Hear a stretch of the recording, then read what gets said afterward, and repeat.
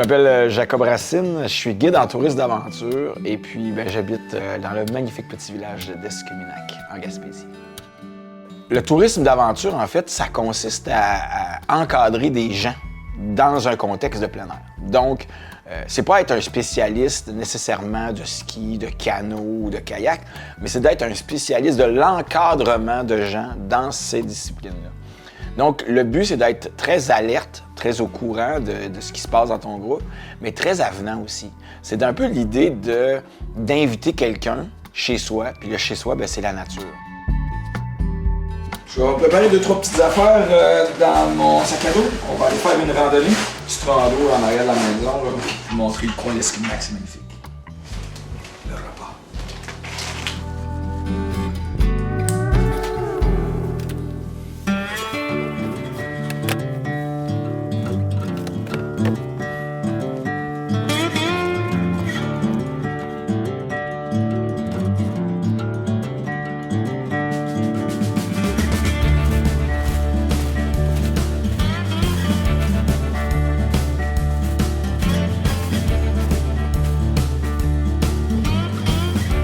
On est bientôt sur l'heure du dîner, fait que je propose qu'on s'arrête, on fasse un petit feu. Puis j'ai emmené un petit chili réchauffé. On va goûter à ça ensemble. Pour allumer mon feu, je vais prendre du cèdre, c'est le meilleur bois pour allumer le feu. Avec un peu de cèdre, un peu de résina à côté. On va ramasser l'écorce de bouleau là. Puis j'ai remarqué qu'il y a 2-3 petits armoires, on va ramasser ça, puis on va se faire un beau petit site. Ici, les arbres sont éloignés, donc il n'y a pas de danger là, que le feu prenne ailleurs. Fait que on va s'installer pour allumer ça.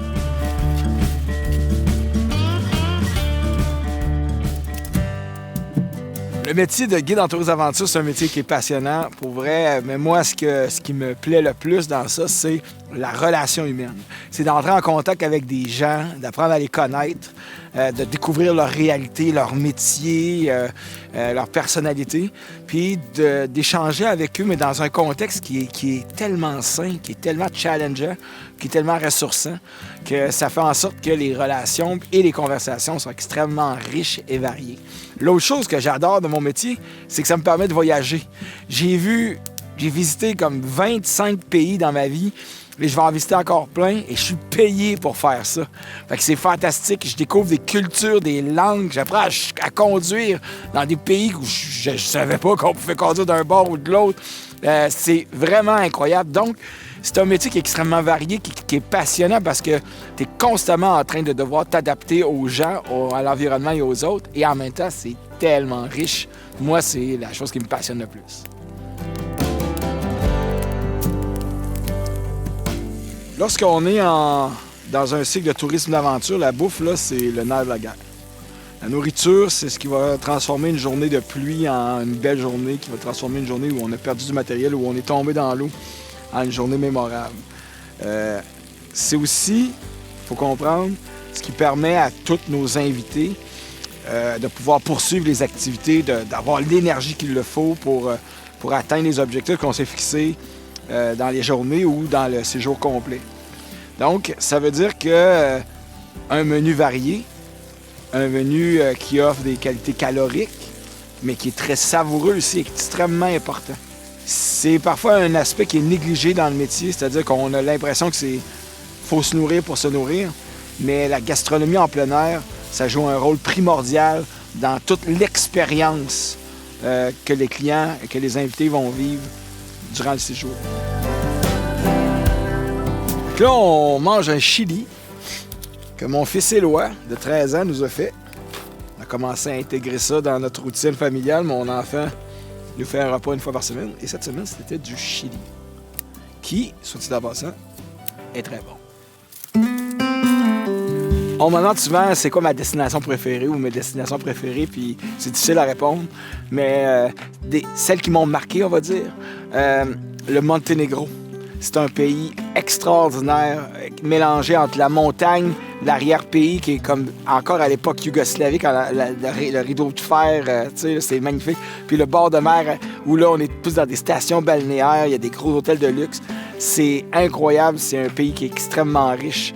J'ai quand même fait aussi d'autres trips complètement fous où j'ai traversé le Canada du nord au sud. Bien, pas le Canada au complet, moi j'ai participé à l'expédition Accor, où moi j'ai skié 1600 km du plus au nord de la station Eureka jusqu'à un village de Joe Ivan dans le Nunavut.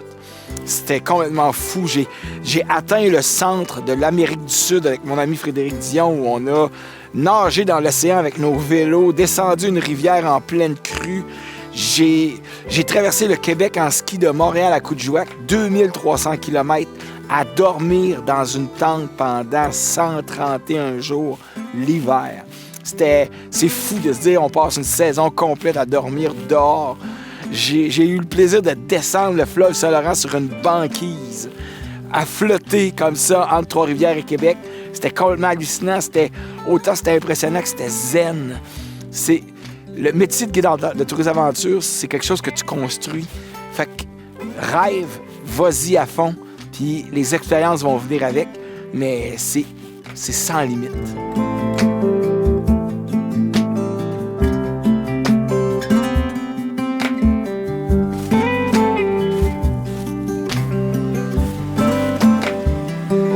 En tourisme d'aventure, il y a plusieurs risques auxquels on fait face parce qu'on travaille avec la nature, on travaille avec des gens qui ne sont pas habitués non plus nécessairement avec les activités qu'ils font. Donc, on a à gérer des différents niveaux de risque en fonction de 3 critères. Le premier critère, c'est la distance. On est-tu très loin ou pas très loin des premiers soins, d'une ambulance, tout ça? Ça va être, on va gérer le risque de cette façon-là. Donc, si on est très, très loin, on va mettre en place des protocoles beaucoup plus importants que si on n'est pas tellement loin. La deuxième chose, le niveau de compétence de nos clients. Est-ce que nos invités, c'est des gens qui sont très compétents, moyennement compétents ou très, très peu compétents? Donc ça, on va prendre en compte ça, puis on va les mettre dans un contexte qui va leur permettre d'atteindre leur niveau ou de le dépasser légèrement. Puis la troisième chose, c'est moi. Moi, comment je me sens aujourd'hui? Est-ce que je connais, est-ce que je comprends? Est-ce que je suis connaissant de mon environnement? C'est un endroit que je viens depuis 10 ans, parce que c'est la première fois que je viens ici. Donc, ces 3 niveaux-là, ces 3 enjeux-là vont faire en sorte que je vais moduler ma perception du risque puis ma gestion du risque. Donc, les choses qui arrivent le plus fréquemment, c'est qu'on est dans un endroit qu'on connaît peu, dans un contexte qu'on ne maîtrise pas. Donc, dans ce cas-ci, il y a une crue de rivière. Donc, ça sera pris en compte. Puis, on est avec des gens qui sont peu compétents, mais qui se pensent très compétents. Donc, ils surévaluent leurs compétences. Et ça, souvent, là, c'est la tempête parfaite qui fait en sorte que les gens se retrouvent dans un environnement auquel ils ne sont pas prêts. Ils n'ont pas les techniques. Puis nous, on est dans un enjeu où on ne sait pas c'est où les points de sortie. On ne maîtrise pas bien l'enjeu d'évacuation. Ça. Fait que ça, c'est les principaux risques.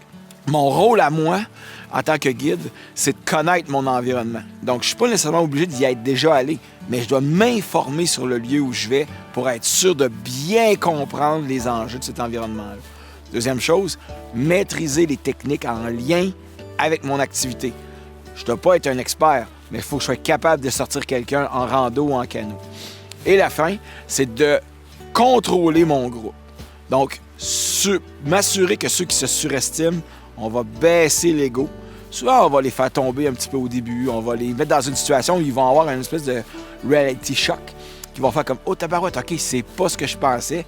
Je vais baisser un petit peu le tempo. » Et ça fait en sorte qu'avec nos explications, avec notre leadership, puis avec l'encadrement qu'on fait sur notre groupe, on évite qu'il y ait des débordements, puis on s'assure que les gens avec qui on est vivent une super belle expérience à la limite de leurs compétences sans qu'ils aient à vivre les désagréments qu'ils peuvent avoir lorsqu'on va trop loin là-dedans. Il arrive des fois où connaître l'environnement, où c'est pas assez. C'est pas assez. Il faut être capable de suivre son instinct. Je pense, entre autres, quand j'ai fait la traversée avec l'équipe de Accor dans le Grand Nord canadien, il y a des journées où on voyait ni ciel ni terre. Il y avait du brouillard, de glace. Il y avait ça, les nuages étaient très, très bas. On n'arrivait pas à voir. Donc, à ce moment-là, on devait s'orienter qu'à la boussole. Il n'y avait plus de cadre, il n'y avait rien.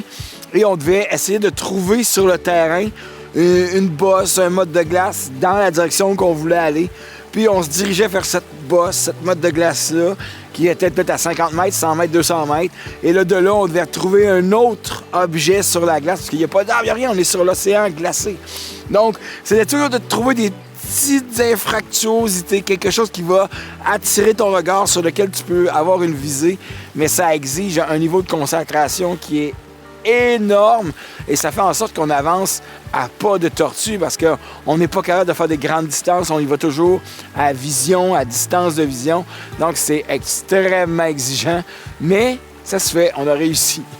Cette expérience-là, là, on a été obligé de s'orienter comme ça là, pendant 3 mois total.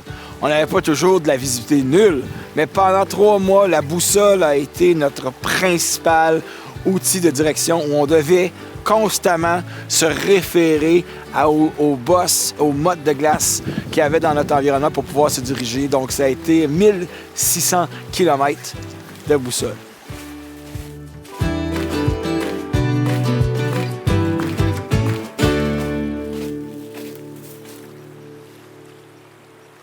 Quand j'emmène des gens en nature, quand je guide un groupe, une des choses que j'aime beaucoup, c'est de leur faire prendre conscience à quel point, en vivant dans les villes, en vivant dans les villages, on est parfois un peu déconnecté de cette nature-là, qui est un peu notre nature à nous également. On provient de la nature également.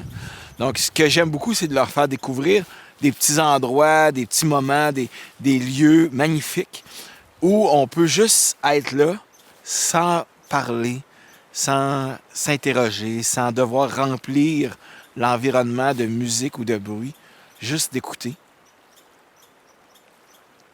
L'écureuil, le rapide, observer la neige qui tombe, la lumière. C'est d'être ici, dans l'instant présent, puis de découvrir en dedans de soi qu'est-ce que ça fait comme feeling, ça.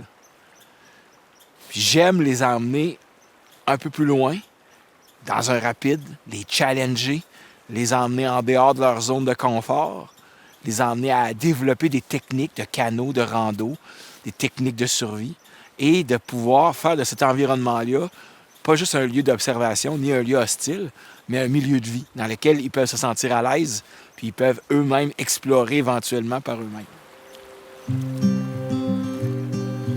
Moi, ma relation avec la nature, c'est une relation de presque amicale. C'est que ici, j'ai l'impression d'être chez moi, puis de pas l'être aussi. Il y a comme une zone de connaissance, de partage, de quiétude, un peu comme on a avec un ami. Donc, il y a une zone très affective. Puis, il y a une zone aussi où la nature reste la nature. Elle a ses règles, ses lois. Puis, il y a une zone que je maîtrise pas du tout. Un peu comme un ami qui a sa zone à lui. Donc, c'est un environnement qui est extrêmement paisible, très grandant. C'est un environnement qui est extrêmement magnifique, qu'on découvre à chaque fois. On a l'impression des fois de connaître un endroit par cœur, comme ici, la rivière Esquimaunac, qui d'habitude est une petite rivière très basse, il n'y a presque pas d'eau ici. Puis là, avec les dernières pluies, c'est une rivière qui est maintenant tumultueuse. On entend les rapides au loin. Donc, il y a plein de visages au même endroit, au même milieu. Et on apprend à s'émerveiller devant ça, puis aussi à respecter ça. Donc, j'ai une relation qui, on pourrait dire, presque binaire, où je me sens chez moi, je me sens bien, je me sens en paix. Puis il y a une espèce de relation très respectueuse où j'essaie de garder une certaine distance, puis de garder aussi un grand respect pour tout cet environnement-là qui est magnifique, fort, puis qui peut être doux et sauvage à la fois.